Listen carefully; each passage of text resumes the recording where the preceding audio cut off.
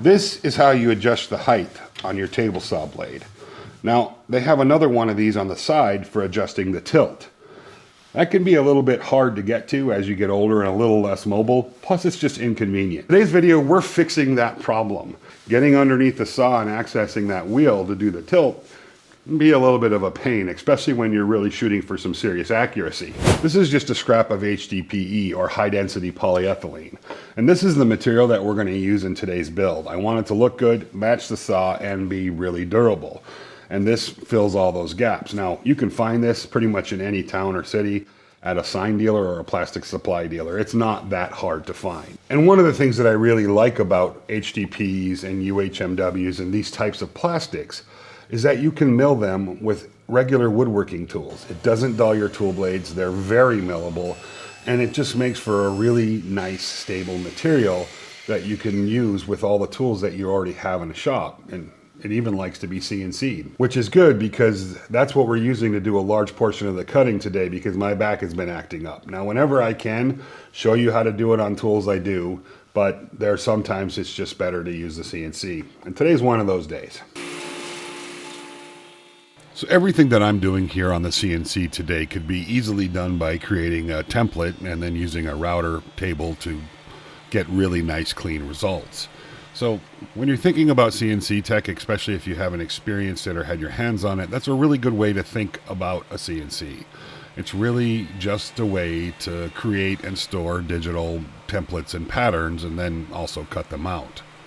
Now, to get this build started, I measured that side wheel, or the wheel that sits on the side of the table saw, and I created a ring around it, but I still want to have that tightening mechanism in the center. So I left a kind of a dome shape with enough area that I could get my hand in there to loosen and tighten that. Now that is going to be what drives the wheel or turns it. To do that, I need to add some kind of drive shaft. So on the top of this dome, I've created this little piece that I'll attach some metal rod to and a flange so it won't spin in there. Now the second thing I need to think about is the transmission, or transferring motion from one direction to another direction, in this case 90 degrees. And when you need to transfer motion from one plane to another that's 90 degrees, one of the best ways of doing that is by using right angle gears. So to hold all of that, I've just got this little L bracket with these bearings. Now those bearings I use all the time. They are just really handy. They're a 1 3/8 diameter. They have a flange on them. You can put 2 of them on a 3/4 inch piece of wood on both sides. They're just simple to use, so I use them a lot. Now these are 1/2 inch interior diameter bearings, so I've got the right angle gears to match. And the first thing I'm going to do is just test that to make sure it's nice and smooth and it's all running well, and it is. It feels like in every project I do something a little bit overboard, and this is definitely that part of this build. I wanted this really secure connection between that dome that's going to drive the wheel on the table saw and the drive shaft, so that right angle gear drive shaft. And my thought was to create this flange that I could weld to that the rod that sits on the drive shaft. And it just completely was unnecessary, but I did it, so I'm showing you the process. So if your brain works like mine and you severely want to overkill something, this is how I overkilled it.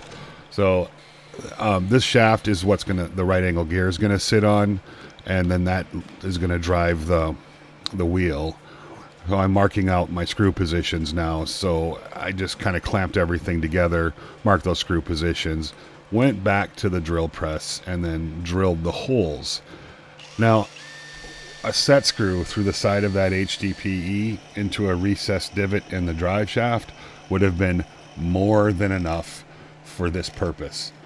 But, sometimes you just do things because you think it's a good idea, and later you realize that you just spent an hour and a half doing something you didn't need to do. That was one of these moments. I do recommend putting the little divot in the drive shaft wherever you're going to have a set screw. So in that case, that divot is going to be where the right angle gear set screw sits, and that's going to keep it, from any potential spinning. So I welded that little flange I made and then screwed it to the top of that. Now, again, completely unnecessary, but hindsight's 20/20.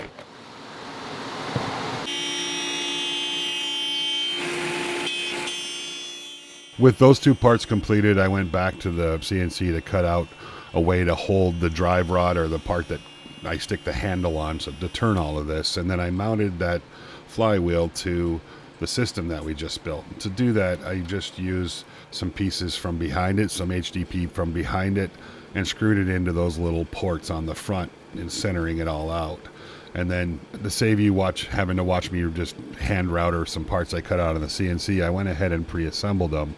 Now these are all going to mount to the table saw pretty easily. In our case, we have the Big Eye rip fence, so it has this T-track on the bottom. If you wanted to do this and didn't have the fence, you might have to drill through the table saw bar or the fence bar to mount it. Again, not a big deal. It won't interfere with anything. So I made mine so I could adjust the height of where that handle is, so it would line up nice and even with the side flywheel. And then Maggie, bless her heart, got underneath and installed everything. And this is kind of giving you the first look at how this is really all going to work together. So once I had that on and the front mounting mechanism, I used the handle that was on the flywheel on that handle, and that worked out really well.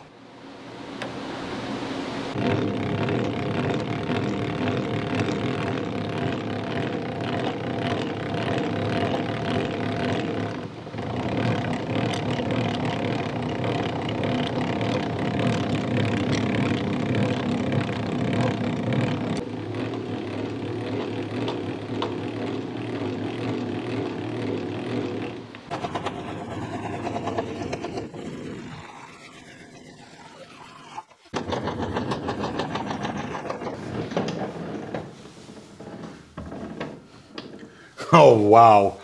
That is crazy cool. I am looking at the left side of my blade, fine-tuning it to my bevel square, and moving it at the same time. I don't have to kind of back and forth or try to get some weird contortionist position to make that all work. I am really, really liking this.